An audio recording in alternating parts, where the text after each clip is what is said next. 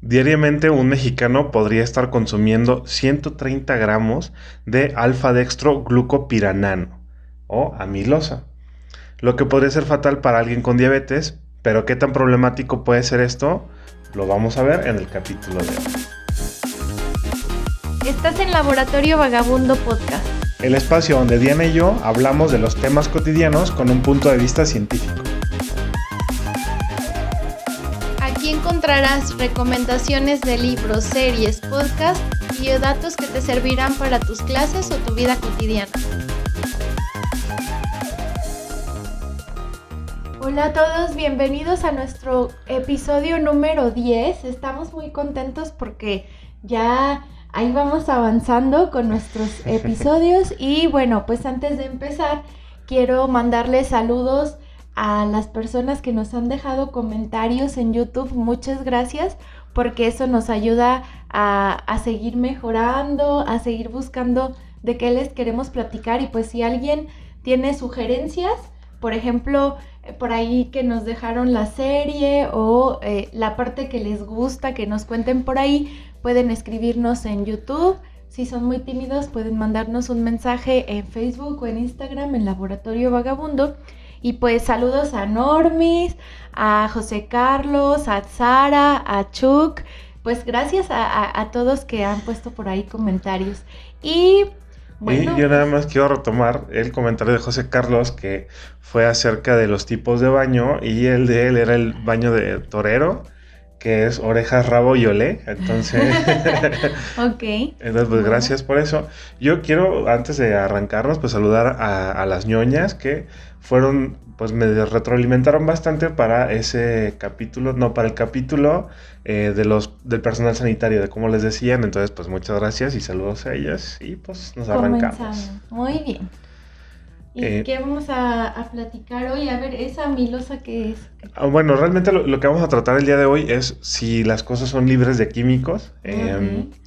Y esa amilosa pues realmente forma parte del almidón, o sea, conforme el almidón está compuesta de glucosa, que es pues básicamente el azúcar que nosotros consumimos. Y pues el almidón está presente en el azúcar. Esto es un promedio aproximado de lo que consume de amilosa, o sea, el porcentaje que está la amilosa presente en el maíz. Ok.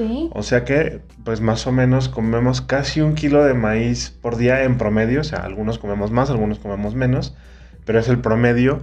Y pues todos los países, todas las culturas tienen como base algún cereal que contiene almidón. Entonces, en todos lados consumimos amilosa. Ok, aquí nada más quiero aclarar que en química, azúcar o azúcares es todo un grupo de moléculas. El azúcar que tenemos en casa normalmente es sacarosa y la sacarosa es una mezcla de glucosa y fructosa, que son dos moleculitas, pero al final lo que nuestro cuerpo necesita es la glucosa. Entonces ahí hay un proceso en el que se separan y se utiliza la glucosa para generar energía. Entonces, bueno, la que tenemos en casa es sacarosa, la que el cuerpo necesita es glucosa. Claro, y pues tomando en cuenta esto, hay muchas maneras de nombrar las cosas. Y se tiene la idea de que si tú no puedes pronunciar un nombre químico, entonces no deberías consumirlo. El nombre pues más estructurado es 1,4-alfa-dextroglucopiranano. Tú puedes darle otros nombres como hidroxi no sé qué y pues más, pero va a seguir siendo amilosa y no porque no puedas pronunciarla significa que no lo puedes consumir. Entonces, partiendo de eso ya podemos hablar de muchas sustancias que podrían ser pues dañinas o no. El dióxido de carbono pues no es dañino como tal en pequeñas cantidades, pero sí puede tener problemas ambientales, que es lo que nosotros exhalamos. Entonces eso pues también hay que tomarlo en cuenta. Eso de libre de químicos pues vamos a ir platicando. No es tan sencillo, ¿verdad? Claro, y justo la motivación de esto es, bueno, si nos han escuchado en otros episodios, si conocen nuestros emprendimientos, pues tenemos nuestro laboratorio Vagabundo, que es toda la parte de divulgación y educación de la ciencia, pero también tenemos otro que es Kenari Cosmética, donde seguimos haciendo divulgación, seguimos utilizando la ciencia en favor de algo y queremos dejar pues los datos científicos para que las personas que hacen cosméticos los usen en su beneficio. Y justo esta es la lucha diaria, ¿no? Porque las grandes empresas han hecho algo a lo que se llama como la mercadotecnia del miedo, y entonces publicitan compuestos que dicen, esto es dañino, nunca más lo uses, y entonces tenemos toda una línea de productos que son libres de ese compuesto, ¿no? Por ejemplo, si hablamos de que son libres de sulfatos, y ya entonces todo el mundo ahora quiere un shampoo libre de sulfatos, o ya está un jabón, todo libre de sulfatos, aunque nunca los tuvieron probablemente. Y justo queremos colaborar en combatir esto, porque tanto en cosmética como en alimentos también vamos a encontrar esta leyenda de libre de químicos. Y pues algo que platicamos en las clases de química o en los talleres que hacemos es que no hay nada en el universo que sea libre de químicos. Entonces no puedes utilizar, o no deberías utilizar esto como una estrategia de mercadotecnia. Así que por eso elegimos este tema. Quédate para que escuches con nosotros algunos de estos compuestos, que son en realidad, si deberíamos tenerles o no miedo, y pues cómo tú puedes ir investigando sobre esos que vas escuchando. Sí, porque justo lo que mencionas es esta pues marketing del miedo, como te dicen, es que eso no debes usarlo, eso no funciona. Y bueno, no sé, a veces ahí puede haber intenciones detrás, o a veces es como buenas intenciones, pero que se fundamentan en cosas que no tienen tanta razón de ser. Algunas ocasiones ha sido que salió un artículo científico que dice eso está mal, pero la gran mayoría de los artículos dicen, oye, pues no, o sea, al final esos artículos algunos se han retractado, como fue lo de los antivacunas. Claro. El artículo que decía que estaba correlacionado con las vacunas, pues no estaba bien fundamentado, y al final lo retiraron porque no era correcto, o sea, no había una correlación real. Y entonces la gente se quedó con la idea de que sí era cierto lo que decía, y entonces pues ya no hay manera, bueno, sí hay manera, pero es muy difícil revertir los efectos de haber dicho eso, ¿no? Claro, entonces, ya desde cuando el artículo se retiró y la gente sigue tomando la decisión de no vacunar a sus hijos. Eso da para otro episodio, pero pues nada más queremos que si alguien está pensando en dejar las vacunas porque escuchó por ahí que están correlacionadas al autismo en niños, pues nada más recordarle que al menos si es de nuestra edad, ya no nos tocó ver niños con polio, ya no nos tocó ver varias enfermedades que ahora están resurgiendo a raíz de la gente que ha decidido no vacunar a sus hijos. Entonces, por favor, como siempre, tener todos los datos para poder tomar una decisión. Claro. Y bueno, retomando lo de los nombres, también es que no porque no lo puedas pronunciar justo eso significa que son malos, o porque estén dentro de un grupo de compuestos. O sea, por ejemplo, se ha visto o se ha pensado que los parabenos hacen daño porque te pueden causar cáncer o pues alguna distrofia en tus hormonas o cosas como esas. Pero pues realmente es que no, es que se parecen a algunos compuestos que pueden hacerlo, pero exactamente estos no. O sea, no quiere decir que, ya nada más porque no causan cáncer los tienes que usar de manera desmedida. O sea, sí, todo lo que uses debes usarlo con cierto sigilo, porque pues te puede causar alguna reacción alérgica, o puede ser que sea demasiado. O sea, lo que es cierto el dicho de que poco veneno no mata, pero pues la dosis hace al veneno. Esa es la traducción en pues sí, palabras. Era la frase de Paracelso, ¿no? Claro. Si hacemos estudios de toxicología o del inicio de la química con los alquimistas, pues justamente ahí se decía, la dosis hace al veneno, y hasta al final del día el agua te puede causar la muerte, ¿no? Sí. Entonces ahí, por eso es la recomendación de hacer la lectura, de ver. Se está propagando bastante ahora que mencionas esto de los parabenos, pues que causan cáncer, que un montón de miedos.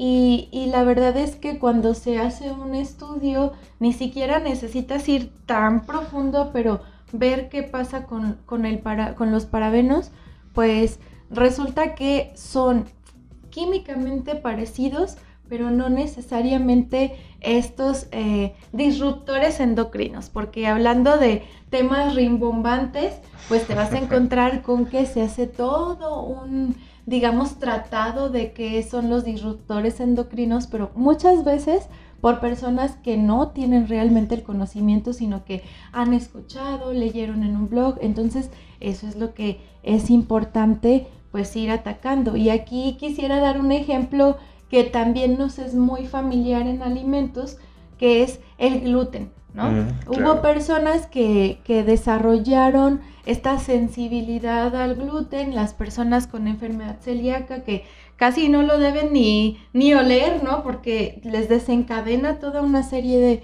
de procesos en su cuerpo. Pero ahora vemos, por ejemplo, que alimentos de maíz tienen la leyenda gluten free cuando nunca lo tuvieron. O sea, las empresas luego van con la bandera de, mira, ya te liberamos de este compuesto, ¿no? Ya lo quitamos por ti, pero pues la verdad es que nunca lo tuvo. Y si tú comías tortillas en vez de pan, pues siempre tuviste una alimentación gluten free. Y la otra cosa, hay estudios por ahí que dicen que si tú no tienes enfermedad celíaca, no tienes por qué estar cuidando que los alimentos sean gluten free porque realmente no te están haciendo daño. Entonces, aquí el mensaje es, no te vayas con las modas, lee un poquito más, no tengas miedo de todas las sustancias porque también luego se da esto que es la quimiofobia y entonces que nada tenga químicos.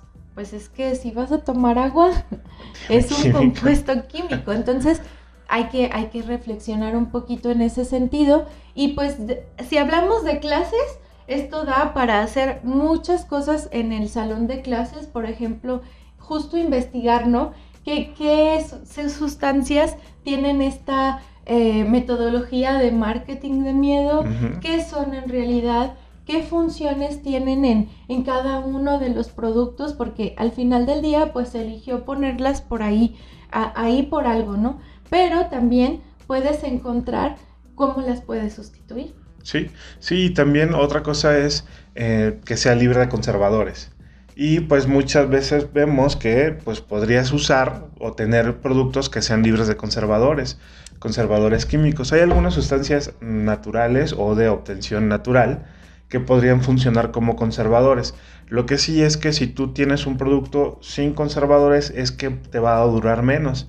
Es decir, si tú lo comercializas, te va a durar menos en el anaquel en caso de que los vendas, o tus clientes van a durar menos con ellos. Si lo haces para tu casa, pues lo que sí puedes hacer en caso de que quisieras no tener conservadores es que pues produzcas lo suficiente como para que lo comas o lo consumas antes de que se eche a perder, porque eso, algunos conservadores es, por ejemplo, para que si tú tienes una dispersión, o sea, algo que no se disuelve, se mantenga siempre. En ese caso, pues tú puedes hacer, bueno, no quiero que esté siempre disuelto o que no esté suspendido, sino lo agito antes de usar.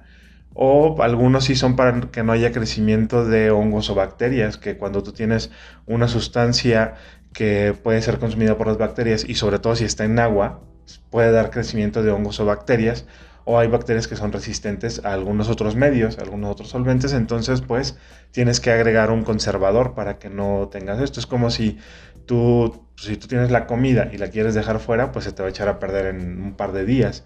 Entonces pues tienes que agregar un conservador si quieres mantenerla más tiempo, que sucede con la comida empacada. No quieres conservadores, pues consume comida del día, ¿no? Ese tipo de cosas son a las que puedes optar.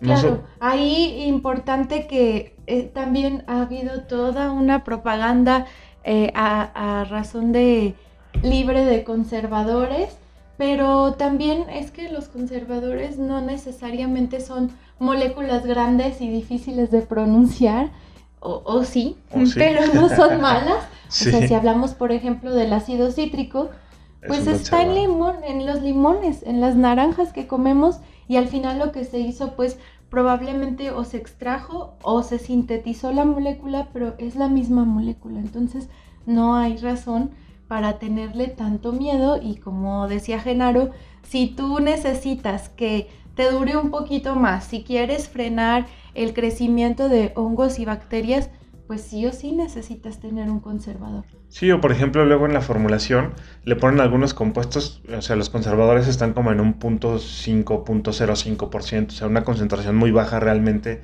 la que se necesita para tener ese efecto, y le ponen como un conservador, pero no dicen que es conservador. Entonces también es una práctica de marketing un poquito ahí como rara, porque luego dicen, es que está adicionado con ácido cítrico y tiene este otro compuesto que ayuda. Entonces la vitamina E, por ejemplo, ayuda como un antioxidante en la formulación.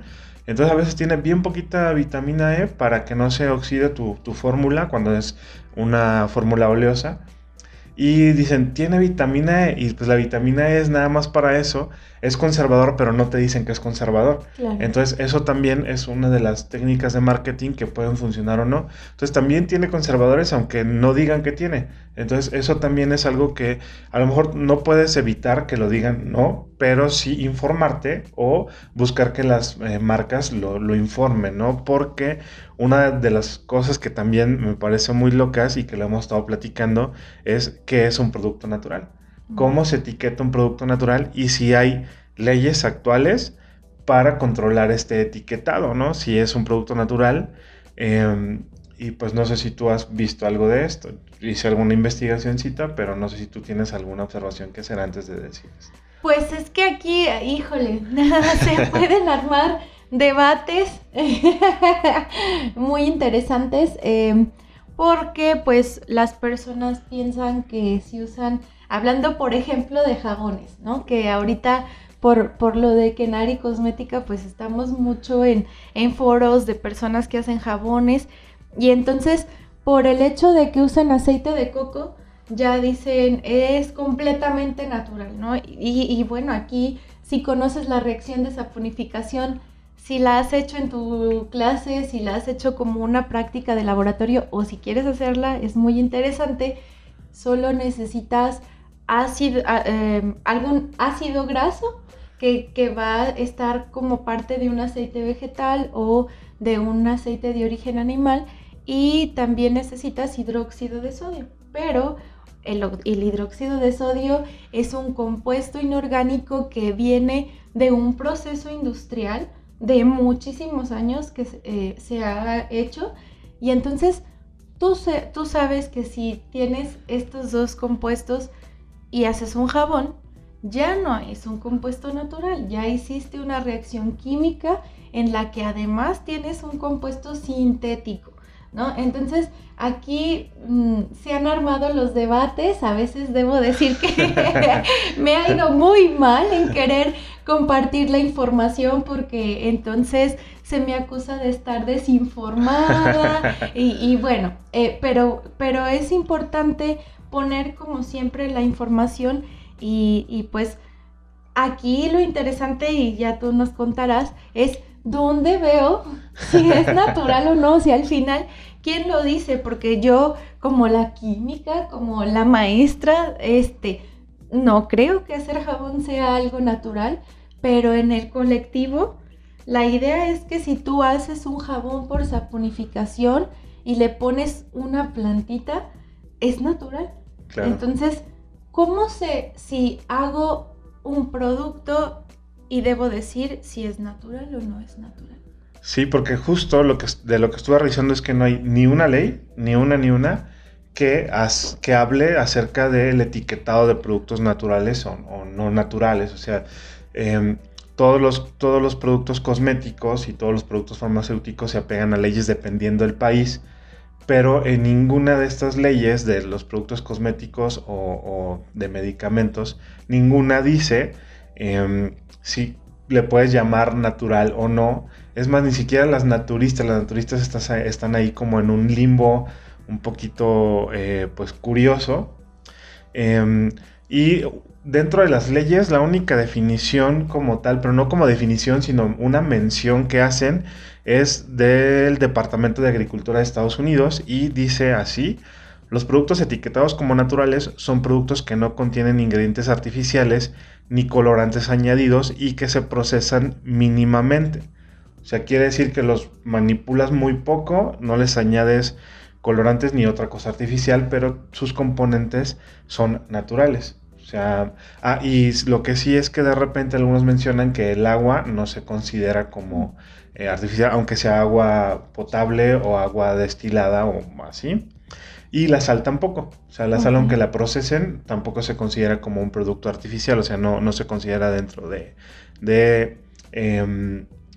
pues dentro de lo artificial ni de lo no natural. Pero ¿qué pasa con los aceites? Por ejemplo, el aceite de coco, el aceite de oliva, que vienen de un producto natural, pero han pasado por un proceso de refinación. Como solo es un solo proceso, o sea, es como lo prensan para obtener los aceites, o lo destilan, o hacen como, pues sí, lo destilan como si fueran un alambique cuando es más artesanal, que le ponen vapor y entonces va haciendo el aceite poco a poco. Como no está tan procesado, o sea, solamente es extraído, entonces se sigue considerando natural, pero de esto no habla ninguna ley. O sea, esto solo es una mención y todo lo que dicen es que te puedes basar en la definición de orgánico, o sea, de la agricultura orgánica. Ok, aquí nada más antes de avanzar, entonces quiero platicar que hay, por ejemplo, si hablamos del aceite de oliva, un aceite de oliva extra virgen, que este aceite, justo como mencionas, lo que se hace es un prensado en frío y entonces pues ni siquiera presenta en principio alteración de sus estructuras porque hay otros procesos en los que calientas y ahí sí podrías tener algunos cambios químicos. Entonces por eso la gente busca mucho, bueno, en principio busca mucho el extra virgen porque está pasado por menos procesos, aunque muchas veces es nada más porque se dice que es mejor, ¿no? Entonces por eso queremos aquí compartir cuál es la razón. Y cuando tienes aceites o cualquier producto refinado, ahí sí hay ciertos procesos para retirarle algunos componentes, incluso para agregarle ciertos aditivos que le permitan conservarse por más tiempo. Entonces por eso es que aunque provenga del coco, aunque provenga del olivo, o de las, ¿sí viene de las hojitas? ¿O de dónde viene el aceite de oliva? ¿O del fruto? Creo que alguna parte del fruto. Entonces ok. sí. Entonces, bueno, sí, aun cuando viene de este origen natural, pero si ya está refinado, pues ya tiene más procesos químicos. Entonces, por eso es que se prefiere el virgen o extra virgen sobre el refinado. Sí, y justo para poder ir a ver esta parte de qué tan natural puede ser, tendríamos que definir primero qué es un producto orgánico. O sea, y eso pues no es como tan sencillo, o sea, no es como tan fácil porque solo puedes decir que es orgánico a la comida, o sea, y ya ni siquiera a la comida, sino a los productos de la agricultura o de la ganadería, o sea, solo los productos naturales como estos pueden ser considerados orgánicos, otro tipo de productos ya no, o no están clasificados como esto. Y se define agricultura orgánica como aquella que no hace uso de fertilizantes y plaguicidas sintéticos y que minimiza el uso de recursos no renovables, es decir, se busca que todo sea renovable y que pues no tengas estos plaguicidas sintéticos. Sí se pueden usar sustancias químicas, pero tienen que ser pues naturales, o sea, aunque sean sustancias minerales, como pues como el sulfato de cobre y algunas así, pero no deben ser sintéticas. Esa es como una de las bases. Y que pues si utilizas energías tienen que ser no renovables y en algunos casos tienen que ser renovables. Tienen que ser renovables, ajá.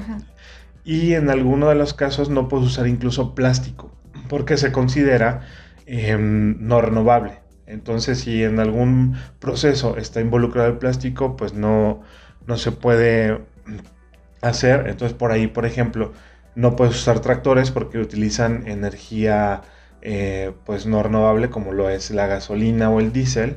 Entonces no podrías usarlo, o sea, o minimizar eso. Ya pues eso pues tienes tú que revisar hasta qué punto sí o no. Lo que mencionan la ONU, hay una división de la ONU para la alimentación y la agricultura, menciona algunas ventajas, entre ellas que se supone se cuidan los ciclos biológicos, es decir, tú cultivas como si fuera de temporada, entonces tienes que estar revisando eso. Mantiene la biodiversidad, que eso sí podría ser una ventaja. Utiliza los materiales y energías renovables como de una manera más consciente, o sea, utilizas menos materiales. Pero la desventaja es que pues necesitas más mano de obra. O decir, no tienes la misma cantidad de producción por la tecnología que tenemos ahorita con respecto a la agricultura tradicional. Entonces es como una gran desventaja esto. En una página del gobierno de México, el gobierno mexicano, menciona que eso hace que tengas más trabajadores y que vaya arraigo por la tierra, o sea, le empieza a tomar cariño a la tierra. Y podría ser, sí, pero pues la desventaja es eso, que también puedes perder muchos cultivos y por lo mismo de que no puedes usar pues tantos camiones para transportar y cosas como esas, o no deberías. Entonces pues como la distribución es menor, o sea, si tú tuvieras a lo mejor un tractor que funcionara con energías renovables, como con alguna celda de combustible o cosas como esas, a lo mejor ya puedes meter un tractor, pero mientras no puedas, pues no podrías meter otro tipo de producción más grande. Claro, ahí, bueno, aclarar, porque luego decir desventaja es como si no quisieras que más gente tenga trabajo, entonces es importante aclarar que sí queremos que la gente tenga trabajo, pero si hablamos de cuestiones de negocio, si tú necesitas más personas y el producto se hace más lento, pues obviamente las ganancias también se disminuyen, ¿no? Entonces ahí es importante pues poder encontrar el término medio y también es la razón por la que los productos orgánicos son más caros. Uh-huh. Pero aquí hay que decir algo justo en relación con esto que platicamos de que todo el mundo se sube a la tendencia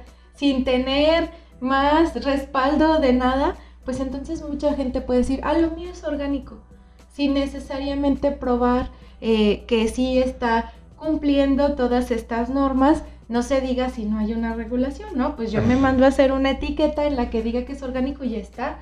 ¿Y por qué es orgánico? Porque yo digo, y porque tiene aceite de coco. Entonces, aquí también necesitamos ser un poco más conscientes, especialmente quienes somos productores de algo, de decir, ok, si yo le quisiera dar esta etiqueta de orgánico, ¿qué necesito para que realmente sea con esta certificación orgánica, ¿no? Y entonces tendría que ver de dónde vienen todas mis materias primas, cómo se produjeron, porque al final del día, pues yo ya traigo todos los polvitos, todos los líquidos y hago mis formulaciones. Entonces, en este sentido, se tiene que ser más responsable, claro, en ver que verdaderamente tengas este producto realmente orgánico o realmente natural, ¿no?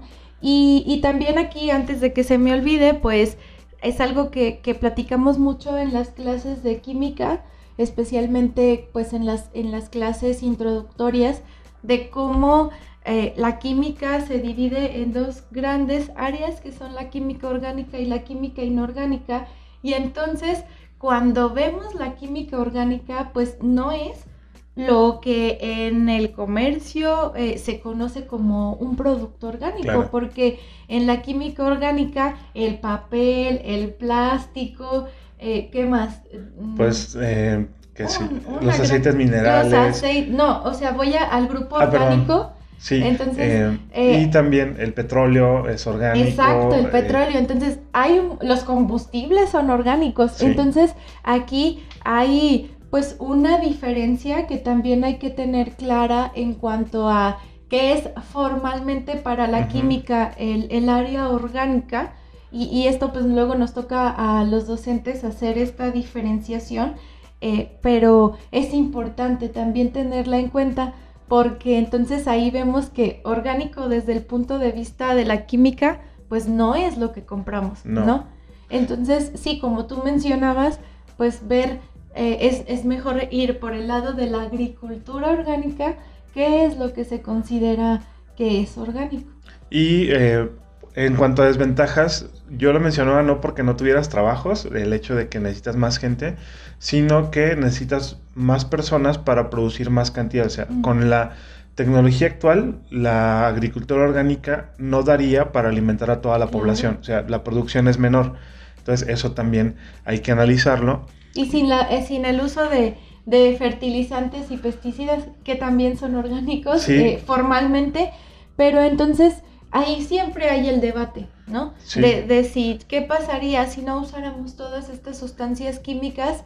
Que eso no quiere decir que yo esté de acuerdo, o sea, y lo menciono como un debate justo porque no he encontrado la respuesta o en dónde sí y en dónde no, pero si no se hubieran usado todas estas sustancias, entonces no habría manera de alimentar a la sobrepoblación del mundo, ¿no? Sí. Entonces hay muchas cosas que analizar. No, y justo también es que no porque sea natural significa que no es tóxico. Entonces, algunas de las sustancias que se utilizan en la producción orgánica en gran cantidad, si no se controla, podría ser tóxico para el ambiente. Se supone que se cuida el suelo y se hace recambio de cultivo, o sea, cuando tú haces un cambio de cultivo, las concentraciones de nutrientes en la tierra cambian, o sea, cuando tú terminas de cultivar algo. Entonces, esas concentraciones pueden ser benéficas para otro tipo de cultivo y es cuando lo metes. Ya hay estudios que tú puedes ver cómo es la rotación de tu cultivo y entonces cómo puedes ir cambiando eso y no tener tanta necesidad de meter fertilizantes. Entonces, eso también se puede revisar. Y en cuanto a los plaguicidas, pues algunos no son tan eficientes y entonces manualmente tienes que ir retirando algunas plagas, entonces no están controlables. Por ahí no recuerdo cuál era uno de los componentes de los fertilizantes sí aprobados, que es una lista muy grande, pero alguno de ellos sí podría ser tóxico de la agricultura orgánica, o sea, no porque sea natural, no significa que pues, va a ser tóxico. O sea, ¿no? Está aprobado, pero puede ser tóxico. Puede ser tóxico en algunas concentraciones en el ambiente. Okay. Lo mismo pasa con los plaguicidas y fertilizantes sintéticos. O sea, algunos son muy... no son dañinos, o sea, no te hacen daño, no son tóxicos, pero pues si lo usas en grandes cantidades, obvio que sí. Ahí lo único que yo pienso es que podrías usar agricultura tradicional o agricultura orgánica, pero si eres consciente, puedes cuidar también el ambiente. Y también en agricultura tradicional se cambian los cultivos. Es decir, tú ya sabes, o los productores ya saben que ahí ya no va a funcionar para maíz. Entonces un año ponen ajo y otro año ponen otra cosa. Entonces eso también sucede. Solo que, pues bueno, es más difundido lo de la agricultura orgánica, ¿no? Ya. Eso. Y otra de las cosas también es que no utilizan intencionalmente, y eso hay que aclararlo, organismos genéticamente modificados, que eso ya da para otra discusión. Lo único que sí es que, y eso yo lo entiendo muy claramente, es que cada que se va a usar un organismo genéticamente modificado, se tienen que hacer muchos estudios de que no afecta, de que no hay una afectación, de que no son tóxicos. Se tiene la idea de que son tóxicos y pues la verdad es que no necesariamente, pues tóxico puede ser aunque no sea genéticamente modificado y puede ser natural, pero se tiene que hacer una revisión exhaustiva de que no afectan. La única desventaja es que no sabes qué va a suceder ahí en el ambiente y que aunque sean productos orgánicos y que no estén como a propósito con organismos genéticamente modificados, sí puede haber alguna polinización de cultivos cercanos. Entonces tú no lo hiciste a propósito, pero si hay un cultivo cercano que es genéticamente modificado y polinizó tu cultivo, pues ya tienes también ahí algún vector, pero pues no lo hiciste a propósito, entonces no puedes asegurar que no tiene organismos genéticamente modificados. Lo que sí lo puedes hacer es, no le puse yo, pero claro, sí podría tener, o sea, esa es una de las desventajas. Y bueno, ya podríamos hablar de un episodio solo de genéticamente modificados, tiene sus ventajas y desventajas, pero bueno, solo hay que tomar en cuenta eso. Claro, y al final pues hay empresas que tienen ya como muy establecido cómo se hace esta vigilancia, ¿no? Justo para evitar que se hagan esos procesos de contaminación de un cultivo a otro y tener como todas las características, y lo menciono porque aquí en Aguascalientes hay una empresa muy importante de alimentos congelados que es La Huerta, y La Huerta tiene como proveedores en el estado, incluso aquí cerca de donde nosotros vivimos, y entonces tiene como muy claras las medidas, como lo que se debe de ir haciendo para que ese agricultor pueda venderle lo que está produciendo. Entonces, aquí también, no satanizar a todas las empresas, no decir, no, es que ya nos mienten y son malas y dicen que es orgánico y no es orgánico, sino pues ir viendo, ahí sí que tendríamos que ver cada una cómo está trabajando, ¿no? Y entonces, pues a mí me ha tocado conocer el proceso de la huerta y cómo hacen pruebas para ver si los animalitos, o sea, cuando hacen control biológico de plagas, cómo funciona, cómo dejar de usar pues ya estos fertilizantes químicos. Entonces, creo que sí hay empresas que se responsabilizan de esto y es bueno conocerlas, ¿no? Sí, bueno, eso también es que lo que sí yo tengo como visto de los productos genéticamente modificados es que casi todo está genéticamente modificado, quizá no con técnicas actuales, pero sí con técnicas ancestrales. Es decir, pues nuestros ancestros juntaban así diferentes mezclas de maíz para ver cuál era mejor y entonces iban tomando la que era mejor. Entonces modificaban genéticamente, pero como por cruzas de especies, ¿no? Entonces así se iba obteniendo, pues así obtuvimos al pug, ¿no? Y entonces son otro tipo de técnicas no científicas, son más empíricas, pero pues así se va obteniendo diferentes organismos. Que aquí saltaste del maíz al pug, entonces nada más aclarar que pues en los organismos genéticamente modificados tanto pueden ser vegetales como pueden ser animales, cualquier incluso ser vivo, microorganismos, ¿no? Sí, o sea, tú por ejemplo puedes tener un hongo que produce alguna sustancia que tú quieres y lo modificas para que la produzca más y más y más. Entonces, pues eso se puede hacer. Yo lo que veo es que van más bien por el tema de económico. O sea, tú tienes una semilla natural y tú la puedes propagar y entonces obtener semilla y volver a sembrar. Y entonces eso tú lo puedes ir haciendo. En cambio, cuando tú compras una semilla que está genéticamente modificada, también fue modificada para que no crezca nuevamente. Entonces, tú ya no... O sea, tú tienes que seguirles comprando semilla. Yo lo entiendo si lo hicieron por tener una... ponle que es maíz, tienes una alterote así de maíz y entonces tienes una producción mucho mayor, entonces decides comprar la semilla. Si tú tienes el tuyo y está más chiquito, pues bueno, vas a tener más chiquito aunque no compres la semilla. Entonces esas son las desventajas. Y justo eso me pasó porque tenemos composta y pusimos unas semillas ahí de maíz que no se molieron por completo. Y entonces empezó a crecer la plantita. Y yo estaba bien emocionado porque dije, genial, vamos a tener maíz. Pero pues no tomé en cuenta que ese maíz podría venir de alguna de estas empresas que son genéticamente modificadas. Y nunca... ¿Las empresas o el maíz? El maíz de las empresas. Uh-huh. Y entonces nunca creció la planta, o sea, creció así como unos 30 centímetros, pero jamás dio fruto ni nada, o sea, se quedó así como con unas espiguitas de maíz, pero que nunca brotaron. Claro, y ahí es que no nos vamos a enfrascar en esa conversación, bueno, en esa discusión, ni vamos a decir las empresas porque ya bastantes manifestaciones hay al respecto, pero pues yo lo que quiero dejar ver aquí es que al final del día nosotros compramos el maíz porque íbamos a hacer, no sé si tortillas o tamales, pero el punto es, nosotros lo compramos aquí en comercio local y bueno, hasta ese punto nos dimos cuenta de que venía de una semilla genéticamente modificada. Entonces, tampoco entramos en pánico, tampoco decimos, ya sabe que me comí. Ya me lo había comido. Ajá, una ya me lo había comido y otra es, a lo que quiero llegar es que hay alimentos genéticamente modificados en todas partes y que no están declarados, obviamente, porque nosotros compramos ese maíz en una camionetita,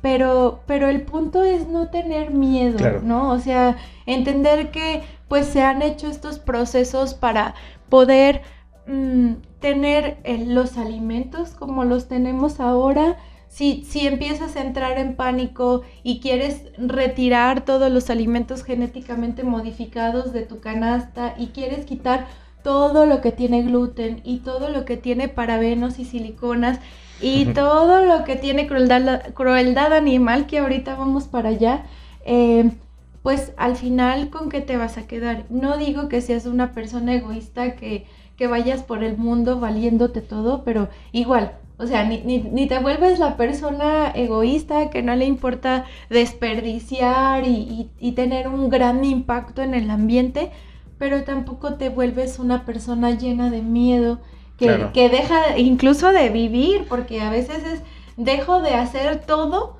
porque ha habido casos así de extremos, porque pues todo tiene un impacto en la salud y en el ambiente, ¿no? Entonces, pues ir leyendo, ir tomando las decisiones, ir mediando lo que sí puedes dejar, lo que a lo mejor solo reduces y pues ahí vas, ¿no? Sí, y aquí podrías hacer una experimentación en tu clase o en tu casa que puedes ver diferentes semillas, o sea, que las que usas para comer y ver si pues la puedes germinar. O sea, y entonces tú puedes hacer una revisión de cuáles germinan y cuáles no, y cuáles sí las puedes llevar hasta planta. Entonces, eso también sería muy interesante. O sea, no es un brote, del brote casi todas brotan, pero no llegan a crecer. Y una semilla no hace que decidas que tu experimento fue efectivo o no, sino tendrías que tener como unas 10 o unas 15 para ver cuáles sí se producen. Entonces, pues bueno, es una experimentación que tú podrías hacer en casa. Si tienes pues algún espacio chiquito, hasta una caja con tierra funciona para eso, entonces pues ahí pues puedes hacer este tipo de experimentación. O sea, pero la recomendación es encontrar diferentes semillas. Diferentes semillas, o sea, no el mismo producto, sino diferentes tipos de semillas, o sea, como diferentes maíces para ver cuál sí, cuál no. Okay. Es muy raro porque casi todo el maíz que consumimos en México es de este tipo. Entonces, pues tú tendrías que revisar o compararlo con alguien que produzca en casa, o sea, que tenga sus semillas y las vaya creciendo, pero que no las compre. Si no hay, pues entonces quiere decir, y todas las siembras y todas, ninguna crece, pues quiere decir que todas, ahora ahí sí, que todas son genéticamente modificadas o al menos modificadas para que no la semilla no rebrote, ¿no? Lo que sí, en México hay ley desde 2006 y ya se va modificando. La última modificación fue el año pasado, entonces se va actualizando y está muy apegada a lo que dice la ONU, de todos los lineamientos. Para cosméticos naturales y orgánicos u orgánicos no hay una sola ley, o sea, solamente es para alimentos. Ni en Europa, ni en ningún lado. Y justo me mandaste un artículo de 2006 que vienen ciertos lineamientos y lo que encontré es que sigue siendo así hasta ahora. O sea, no hay ninguna ley que diga que es un cosmético orgánico. Y el mismo Departamento de Agricultura de Estados Unidos dice que si un producto orgánico, o sea, un cosmético, cumple con los lineamientos de un producto orgánico de alimentos, puede ser como candidato para clasificarse como orgánico, pero que no es un campo de ellos. O sea, ellos se lo avientan a la FDA, a la Administración de Drogas y Fármacos, que pues es la que se encarga también de regular los cosméticos, y dicen que ellos no tienen una definición de orgánico. O sea, la FDA dice no. De alimentos también, ¿verdad? La FDA sí, tiene también o sea, dice nosotros no tenemos una definición de orgánico y debe cumplir las normas. O sea, un producto orgánico que se mencione como orgánico debe cumplir las normas de cualquier otro producto, y que un producto etiquetado como orgánico no es más seguro, así lo dice la FDA. Y menciona también que el origen no determina su seguridad, o sea, lo que estábamos platicando. Incluso tienen una base de datos para plantas venenosas, es decir, ellos dicen también lo natural puede ser dañino, o sea, no es para que te alarmes, sino que pues el origen no es lo que causa esto, sino, o sea, si ustedes la pasas consumiendo té negro, pues te podrías hasta causar algo, ¿no? Claro. Te puede hacer daño en el riñón. Si comes mucha carne, pues te puede dar gota. Si tomas muchas almendras, pues tienen cianuro y algo te podría dar, aunque tendrías que consumir muchísimo. Una gran cantidad. Entonces eso. Y ya cómo se clasifica un producto orgánico, o sea, ya no lo que obtienes, sino cuando tú produces algo. Si es 100% orgánico, es que todos los productos, o sea, todas las materias primas son orgánicas. 100% orgánico, así se puede llamar. Orgánico como tal, sí, 95% de las materias primas son orgánicas. Y hecho con orgánicos es el 75%.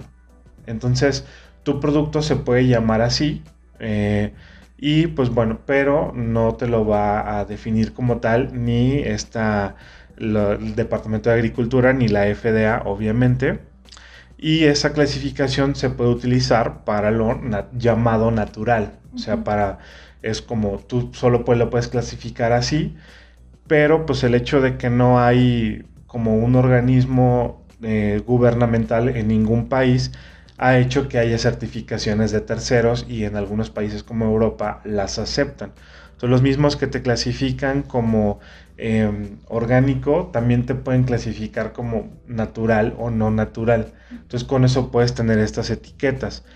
Pero pues lo ha llevado a grandes industrias, entonces ya es como una industria muy, muy establecida. Y son estas certificaciones que tú pagas por ellas. Uh-huh. También algo que revisé de la Organización de las Naciones Unidas para la Agricultura y la Alimentación es que al final dicen que también hay productores orgánicos o naturales que no están certificados, o sea que sus productos cumplen con todas las características, pero que no necesariamente están clasificados como tal. Es decir, tú puedes tener un huerto en tu casa y hacer toda una agricultura tipo orgánica, pero no vas a estar certificada.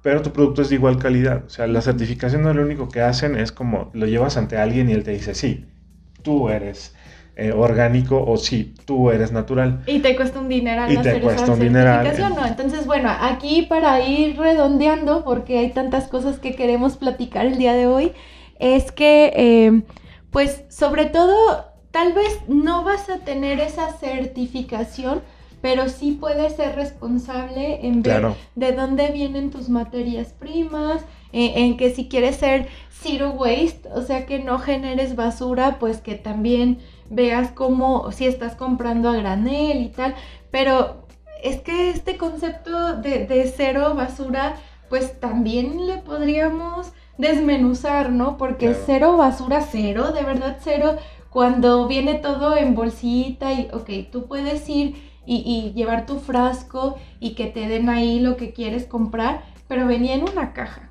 Claro. Y adentro de la caja venía una bolsa. Entonces, bueno, también es que está muy propagado este término del zero waste, pero hasta qué punto, claro, estás reduciendo muchísimo los residuos, los envases, pero también no hay que irnos al extremo, ¿no? Y también otra cosa es que cuando tú tienes un producto, si hablamos, por ejemplo, de cosméticos e incluso de alimentos y de fármacos, es que están probados, si es el caso de que se prueben en un grupo, pero eso no quiere decir que de repente no te vayas a topar con alguien que era más sensible o que era alérgico. Entonces, si tú haces cosméticos, pues a lo mejor nosotros lo que hacemos es que los probamos nosotros, luego se los damos a nuestra familia y bueno, pues más o menos ahí vamos viendo cómo funciona.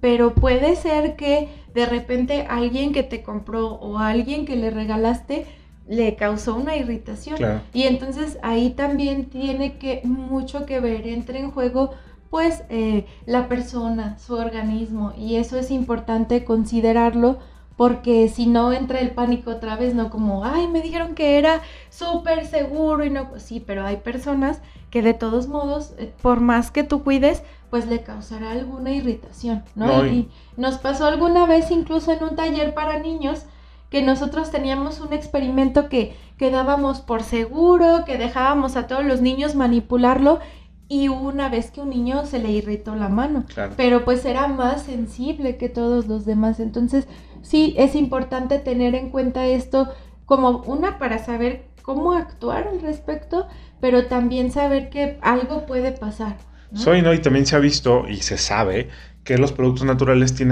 son más propensos a tener alergenos, o sea, tienen mayor concentración, como tienen muchos compuestos dentro de su formulación, o los aceites esenciales, por ejemplo, ya lo habíamos platicado anteriormente, que tenían a veces hasta 200 compuestos, entonces alguno puede ser alérgico a este tipo de compuestos, entonces, pues bueno, no necesariamente lo natural es mejor para ti, o sea, lo que tienes que revisar. Una de las conclusiones puede ser el etiquetado es muy importante y lo que tiene que ser es regular el etiquetado. Es decir, que el gobierno diga, a ver, si esto sí es natural, no es natural, pero debes declarar todo lo que contiene. O sea, si se fijan todos los productos cosméticos, viene una listota muy peculiar, pero puedes investigar qué es cada uno. O sea, no es, parece como viniera en latín, pero sí puedes encontrar qué es. Y eso es importante porque aunque sea un producto natural, tú debes decir, tiene esto, esto, esto y esto. Imagínate que eres alérgico a las almendras, entonces tienes que decir, este aceite está hecho con aceite de almendras.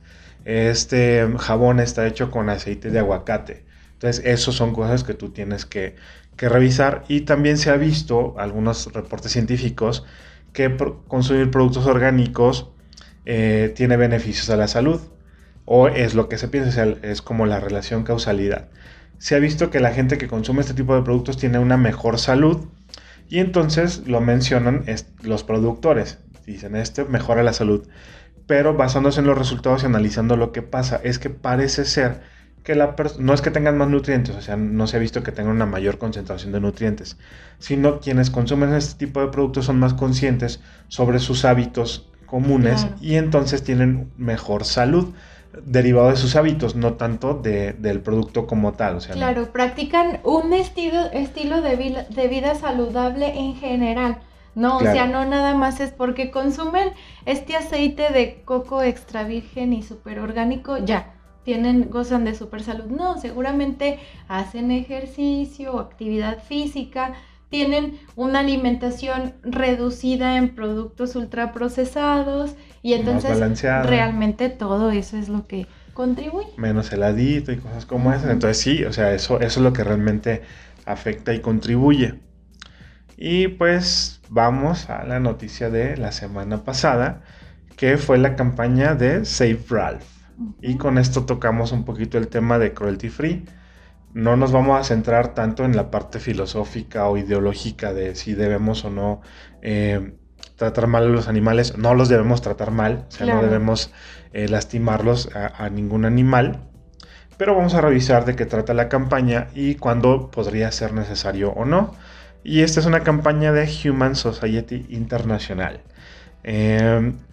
Y lo que dice, o sea, viste el video, ¿no? Para quien no lo haya visto, es un conejito humanizado que, pues, como si está en casa todo lastimado y lo sacan de su casa así a la fuerza. Entonces lo llevan a una sala de experimentación y pierde, o sea, está humanizado, pero como que pierde su dignidad y su humanidad, y entonces experimentan con él y ya hacen una campaña para que tú utilices productos que tienen su etiqueta de cruelty free. Entonces, eso es enfocado a que pues cambies tu consumo hacia que sea cruelty free, ¿no? Básicamente eso. Revisé la página. La página dice en una parte que las pruebas de cosméticos son requeridas como si fuera una obligación. Quizá no es del todo falso, pero sí incurre en algunas imprecisiones. Algo que me parece interesante es que en toda la página no encontré algo del impacto de la agricultura en los animales, que también es algo que tendríamos que revisar, y esta pues podría ser que lo incluyan porque es muy vasta, ¿no? Desde experimentación para pruebas bioquímicas de medicamentos, también ahí las menciona, aunque no dice las ventajas, y pues más, o sea, como son como santuarios de animales, aunque pues bueno, luego los santuarios no son a veces tan buenos, porque son buenas intenciones, pero a veces nos resulta que no.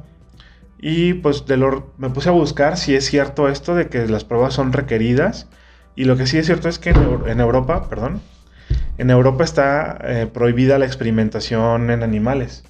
En China, al parecer, no está prohibida, y por ahí encontramos un post que decía que en Estados Unidos también estaba prohibida, pero según la página de la FDA, de lo que estoy investigando, es que el gobierno, así dice la página de la FDA, el gobierno de Estados Unidos no obliga a las empresas a probar sus productos en animales.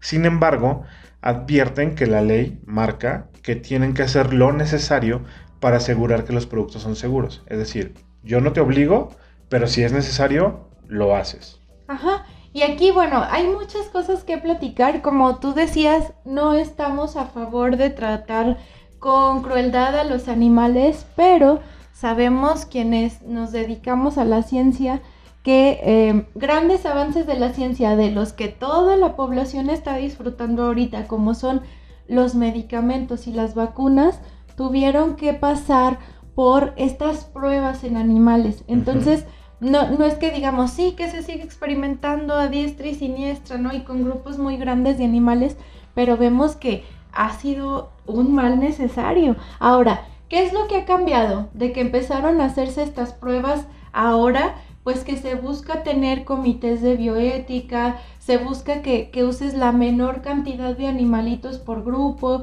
que les des un trato digno, a veces se sacrifican para que no estén sufriendo.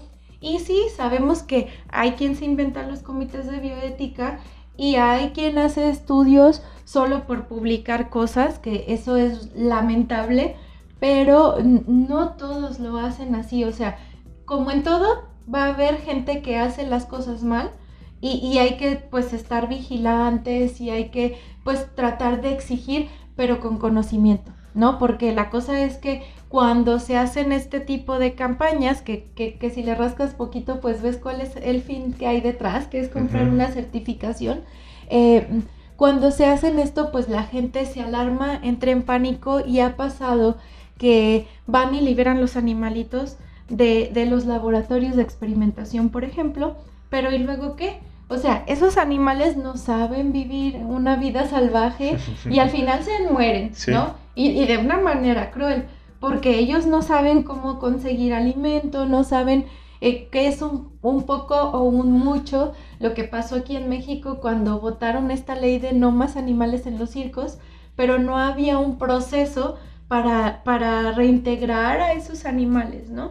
Y hay también unas campañas en contra de los zoológicos. Eso que hiciste es de lo peor, me parece. Y entonces, pero resulta que a veces en los zoológicos pues se tienen especies que están en peligro de extinción, se estudian, obviamente hay de todo, ¿no? Uh-huh. Y también hay animalitos que están en condiciones muy malas, que no son cuidados, que es por el mero gusto, pero es lo que yo quiero poner en la mesa, que siempre va a haber quien lo haga bien y quien lo haga, pero terrible, claro, ¿no? Entonces hay que ver qué es lo que está pasando alrededor, a quién deberíamos exigirle que tenga un trato más adecuado hacia los animales y hacia las personas, aunque no es el tema ahorita, pero es que luego eso, nos vamos al extremo de cuidar a todos los animales y las personas X, ¿no?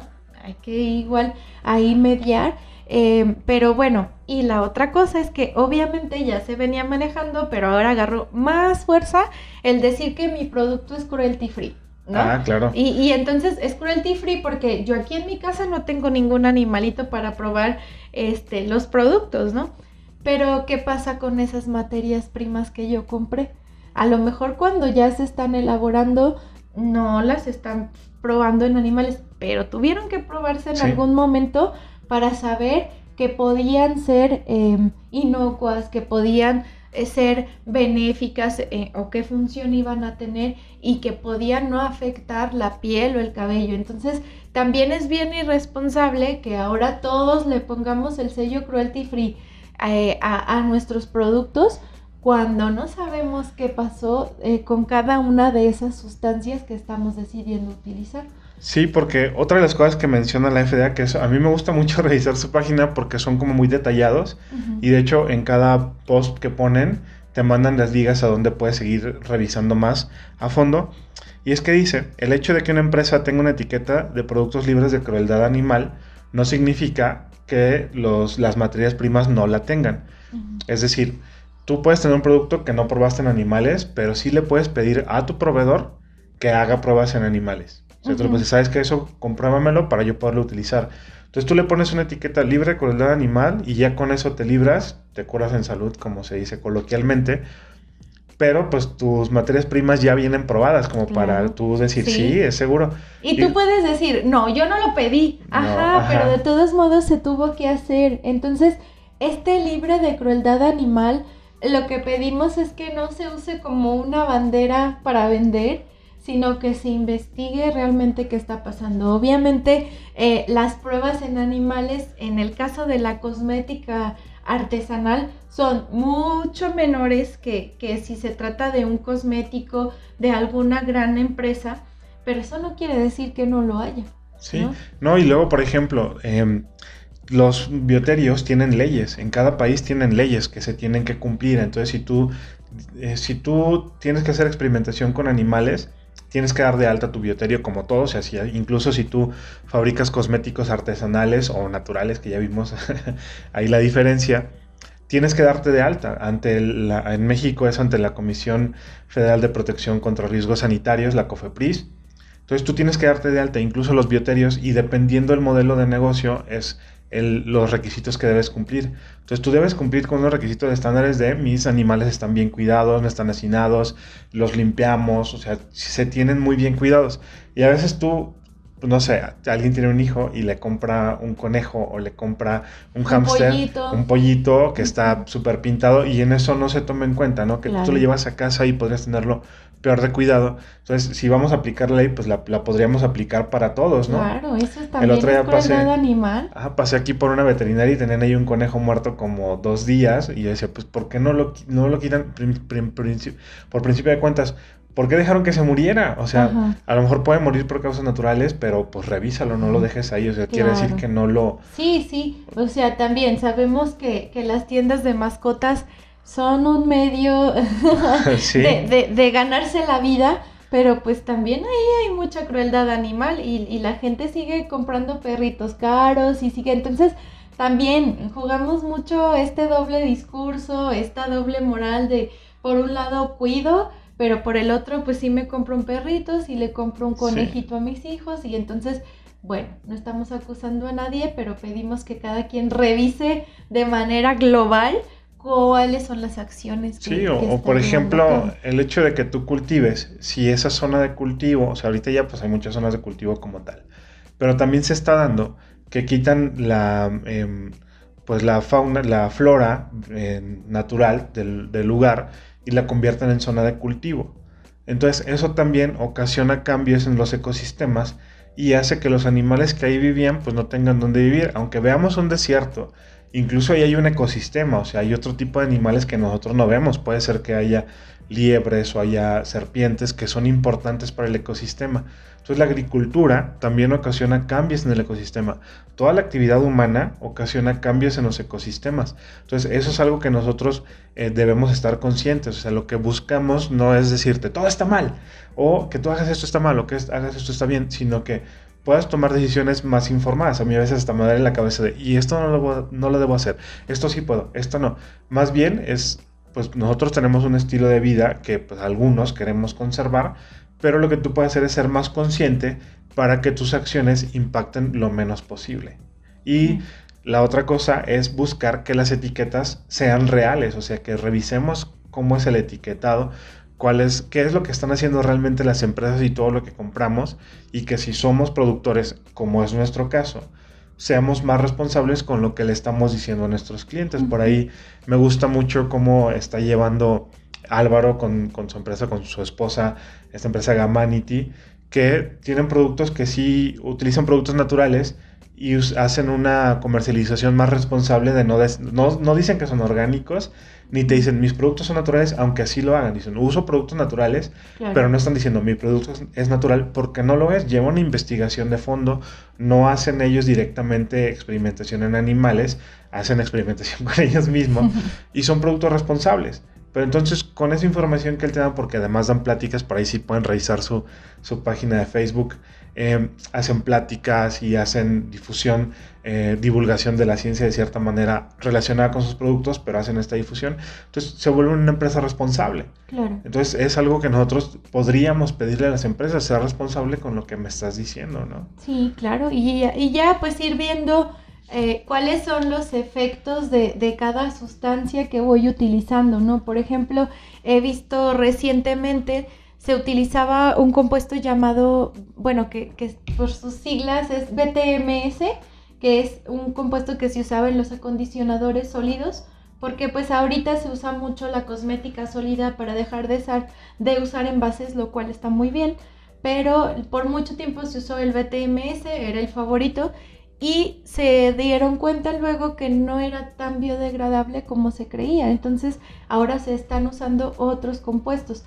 Pero entonces ya la gente empieza a decir, sin BTMS, pero no sabe bien por qué. Entonces como tener claro cuál es la función que un compuesto va a desempeñar en mi producto y luego ya poder tomar la decisión de si me quedo con ese o mejor lo cambio por otro que tenga registros de que es más amigable.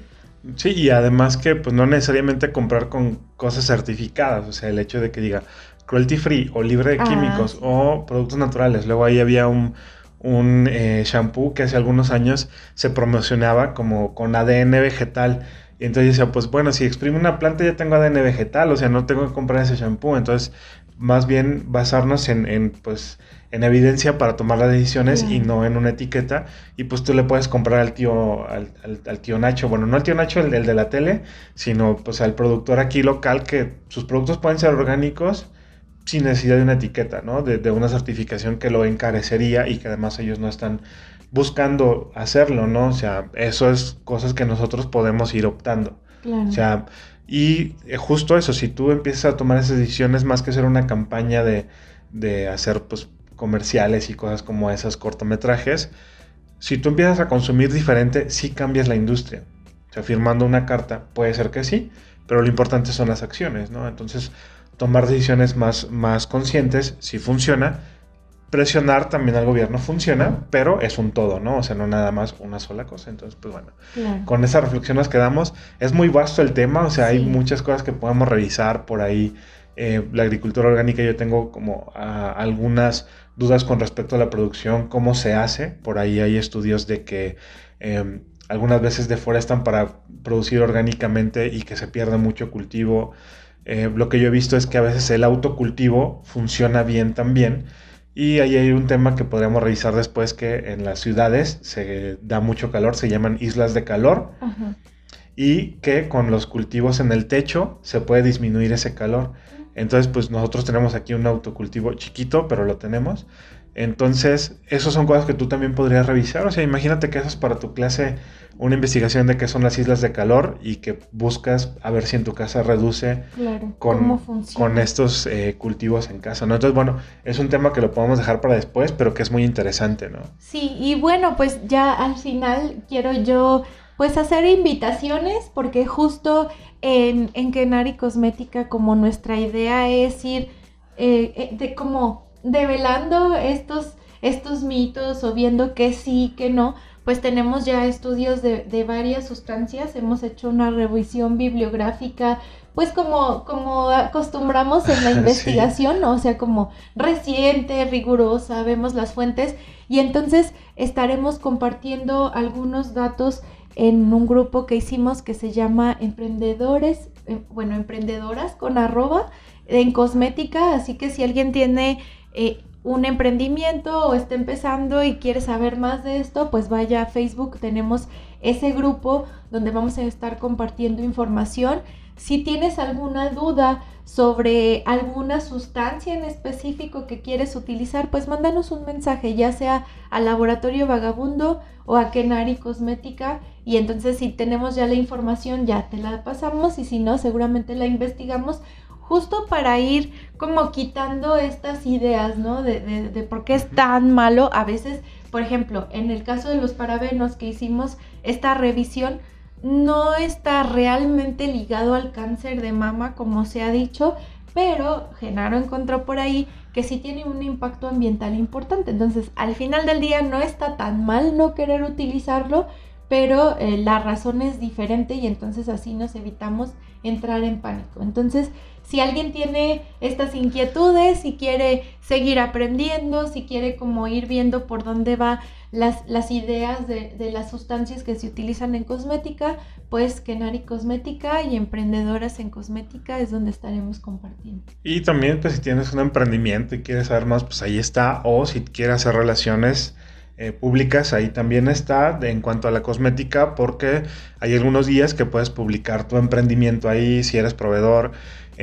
Y justo es que pues tenemos ahí un cupón de descuento, ¿no? Con un proveedor, no recuerdo el nombre. Ajá, tenemos un cupón de descuento con Itequia, que es una empresa que está en Guadalajara y entonces ellos pueden proveerte de polvos de frutas para los cosméticos. Van haciendo también esta investigación en el sentido de si ya cambian el BTMS por el Danox porque encontraron que es biodegradable. Entonces también eso, vas obteniendo información para ver qué sustancias es mejor utilizar, ¿no? Sí. Entonces puedes entrar ahí para ver nuestro cupón de descuento porque tiene, el cupón es unas letritas específicas y bueno, pues nuestro curso. Si estás interesado sí. en hacer productos de cosmética para casa, si quieres hacer tus jabones, tu shampoo sólido, tu acondicionador, conocer las propiedades de cada una de las sustancias y cómo las puedes combinar para obtener tus formulaciones, pues también tenemos un curso en el que vamos desde la química verde y la sustentabilidad hasta las buenas prácticas para elaborar los productos en casa. Y entonces, pues lo importante es cómo vamos acompañando a las personas para que puedan luego sentirse con el conocimiento para poder generar sus propias formulaciones. Entonces, aquí importante pues que no necesitas tener conocimientos previos. O sea, si dices yo quiero justo empezar a ver esto de utilizar menos envases, de conocer cuáles son las sustancias adecuadas para ir generando los productos, pues entonces entra a Kenari Cosmética para que veas más información. Sí, es un curso asincrónico, o sea, tú lo puedes llevar a tu propio ritmo, pero algo que me gusta mucho es que tenemos sesiones en vivo, grupales, para resolución de dudas y pues para platicar ahí, compartir algunas cosas. Siempre que tenemos una sesión, pues llevamos un tema para platicarlo, o sea, para ponerlo sobre la mesa y para dar algunos tips. Entonces, eso siento yo que enriquece mucho estos grupos.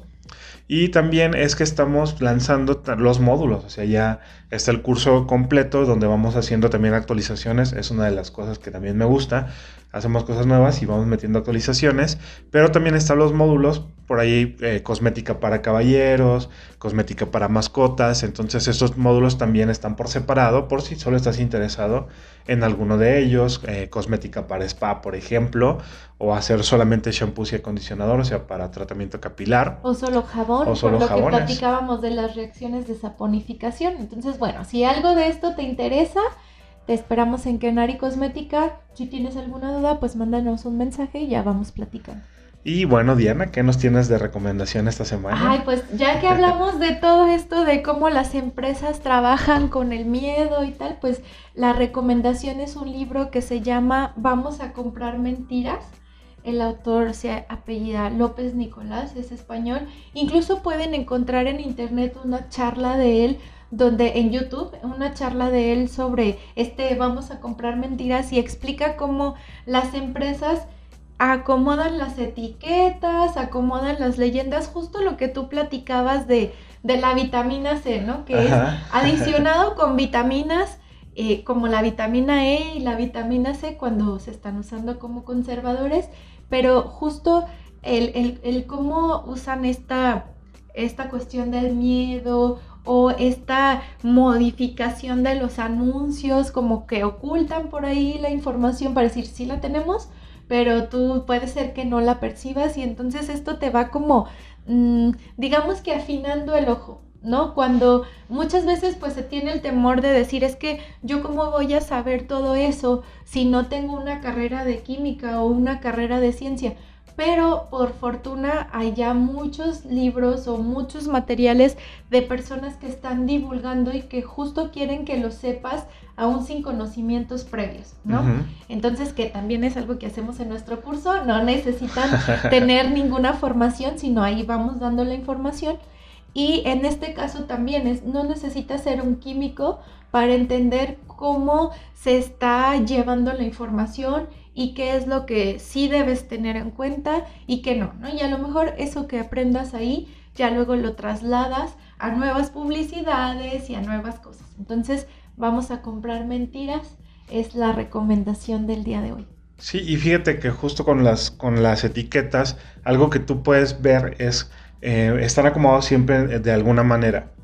Entonces, siempre el compuesto activo, cuando se trata de un medicamento, que ahí sí no te mencionan todo lo demás que tiene, pero en los productos alimenticios y en los cosméticos sí te dice todo lo que tiene.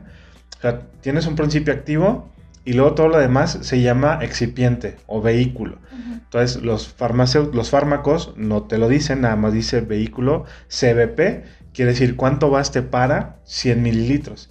Y en los cosméticos sí viene todo, y entonces ahí tú puedes revisar, entonces el activo viene al principio y después se ponen en la concentración en la que vienen. Entonces si por ejemplo llegas a un punto donde dice vitamina C y está hasta el final, quiere decir que es el conservador porque está en menor concentración. Tiene una cantidad muy pequeñita. Entonces, bueno, igual podríamos tener toda una charla sobre los etiquetados, que seguramente en algún momento lo haremos, pero también que sepas justo lo que menciona Genaro, que los ingredientes que vienen al principio, no en la cosmética artesana, porque ahí todavía no hay regulación, pero en alimentos, en cosméticos, lo que viene al principio es lo que vas a encontrar en mayor cantidad, ¿no? Que luego es la sorpresa en algunos alimentos ultraprocesados que tienen al principio, luego azúcar, ¿no? Sí. Es como, o grasas, las grasas son lo primero, entonces es importante poder identificar estas cosas en los alimentos para tomar decisiones. Y ahí pues puede ser otro pues objeto de investigación que tú puedes aplicar en clases, ver investigación sobre etiquetas. O sea, eso también está muy interesante porque tú puedes revisar qué es cada compuesto. O sea, puedes decir, pues viene ahí en latín bien raro, pero tú podrías encontrar qué compuesto es y entonces hacer un análisis y, por ejemplo, el mismo producto, una crema para afeitar, por ejemplo, de diferente proveedor, tú puedes revisar pues qué tienen, o sea, saber si es lo mismo o un producto alimenticio, ver cuál tiene pues mayor concentración de azúcar y eso, y por ejemplo puede decir que no vas a comprar tú 2 cremas para afeitar o 2 pastelillos por ahí, un gansito, qué sé yo, pero si ahorita que estamos a distancia ves con tus estudiantes que cada uno saque de algo que encuentra en casa y lo que sea similar, pues lo comparan entre ellos, pues sería muy interesante porque entonces podríamos ver qué sucede. Ahí luego, algo que me parece muy interesante es que dependiendo del país es lo que usan. Por ejemplo, la Coca-Cola, depende del país es la formulación y por eso sabe distinto en cada país, o sea, es lo que dicen los que toman Coca-Cola cuando viajan. Pero la fórmula de la Coca es secreta. Es secreta, pero lo que sí puedes revisar es que tienen algunas azúcares. O sea, no te dicen en qué concentración y la proporción es lo que hace el sabor, pero también tienen diferentes azúcares. Entonces tú puedes revisar cuáles son esas azúcares y por qué te sabe distinto. ¿Por qué sabe distinto la Coca-Cola de la Coca-Cola Light y de la Coca-Cola sin azúcar? Entonces tú puedes revisar esos componentes, saber qué es lo que cambia. Y pues ya puedes ver el sabor. Entonces eso también está interesante. Imagínate un proyecto entre diferentes países de, oye, pues la Coca-Cola es así. Y la que no cambia es la Pepsi y el Gatorade, porque eso sí estuve revisando porque hice una investigación de azúcar en diferentes productos, tenía que hacer un análisis de laboratorio y encontré que esos no cambian y los puedes usar en cualquier país. En cambio la Coca-Cola no, esa sí cambia. Ok, bueno, pues entonces, con estos datos, con muchas ideas para hacer proyectitos en clase, no sabemos todavía, estamos a mediados de abril y no sabemos todavía cuándo van a volver las clases normales, aunque ya se están haciendo algunas pruebas, pero bueno, sí, ya sea que vayas a experimentar en casa o que vayas a hacerlo ya en tu aula, pues por ahí se quedan algunas ideas. Y pues tenemos pendiente nuestra siguiente edición del curso para maestros, entonces no tenemos fecha todavía, pero si te interesa, pues mándanos un correíto y vamos haciendo o un mensaje y te vamos poniendo en la lista para avisarte en cuanto hagamos el lanzamiento. Y bueno, pues ya podríamos seguir aquí, pero por hoy nos despedimos, guardemos nuestras energías para el siguiente episodio. Muchas gracias a quienes nos comentan, a quienes nos solicitan información adicional y pues nos vemos en la próxima. Nos vemos.